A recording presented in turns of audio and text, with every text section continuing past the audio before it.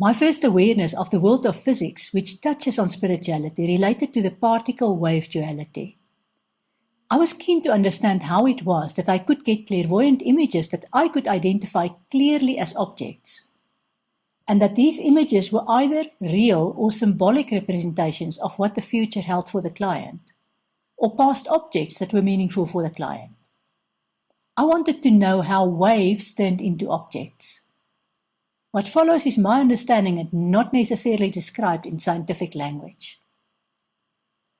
In the 7th century, when scientists became aware of atoms, they believed that atoms look like billiard balls. They also believed that different combinations of atoms formed different substances, and therefore that atoms are the particles that form the universe.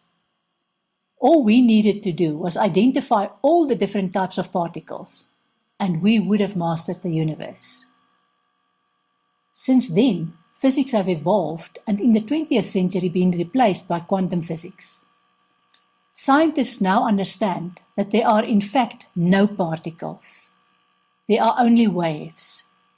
These waves surround us and we are not aware of them because we can't see them. As humans, we have consciousness. And this is where the magic starts. Our consciousness is also invisible and intangible, but it's real.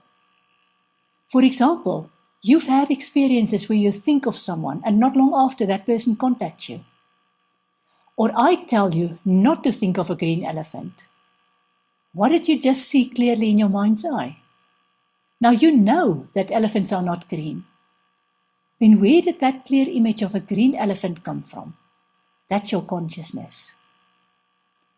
Now imagine the universe existing of millions of waves. This is not far-fetched because it has been proven scientifically. We just understand it better when we imagine how it would look. These waves are like roadmaps that contain information on everything that exists now, everything that has ever existed, and everything that we will discover to exist. The waves are the biggest library on Earth and the entire internet in one. Where these waves cross, masses of information are stored. Because there are many waves, there are many crossing points, like a gigantic bowl of spaghetti. We can tap into this massive repository of information. This is where the magic happens. Any information that we want or need exists somewhere in a wave. But the information only becomes real, tangible, and useful when we consciously look at the map and search for the information. Wave functions, also called probability waves, become particles when we focus our consciousness on them. Particles are in all the states they could be in simultaneously, until you add consciousness, which then takes the particle to one single state. It is believed that the wave function collapse happens at the moment of awareness when a particle is formed. How does the law of attraction work with this consciousness? We can attract anything we want to ourselves by using this knowledge and focusing our awareness on what we need. I'll try and put it into words. Let's say, for example, that you need a new car. By the time you recognize this thought, you've already focused your consciousness on a wave and turned that wave into a particle. But one particle doesn't make a car.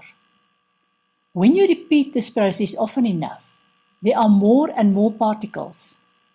And over time, these particles begin to form a picture in your mind. You repeat the process and the picture becomes more and more detailed. Then one day, the picture is complemented by words. For example, I want to buy a new car. The car must have so much space inside and be in this price class. I'm considering this make and model. Eventually, you have enough particles to in fact form a car, and then the car materializes. The more specific you are when visualizing the car, the closer you will get to the exact car with the exact specifications that you wanted. I've experienced that I'm not necessarily even conscious of the process until the thought is clear. Then I act on the thought, and literally within hours, the object materializes. This isn't acting on an impulse. This is aligning your consciousness with energy waves that resonate with you. up to the point where your desire comes to fruition. This has nothing to do with whether you are worthy or ready to receive or any of those guilt trips. This is about understanding with our limited capacity how we attract energy waves that resonate with us, and then turn the energy waves into particles, which turn into objects. In a way, it's magic, but only because the process works best when you understand what consciousness is and how you use this process. Here's a question for you. How have you experienced your creation process? What have you created that you are proud of?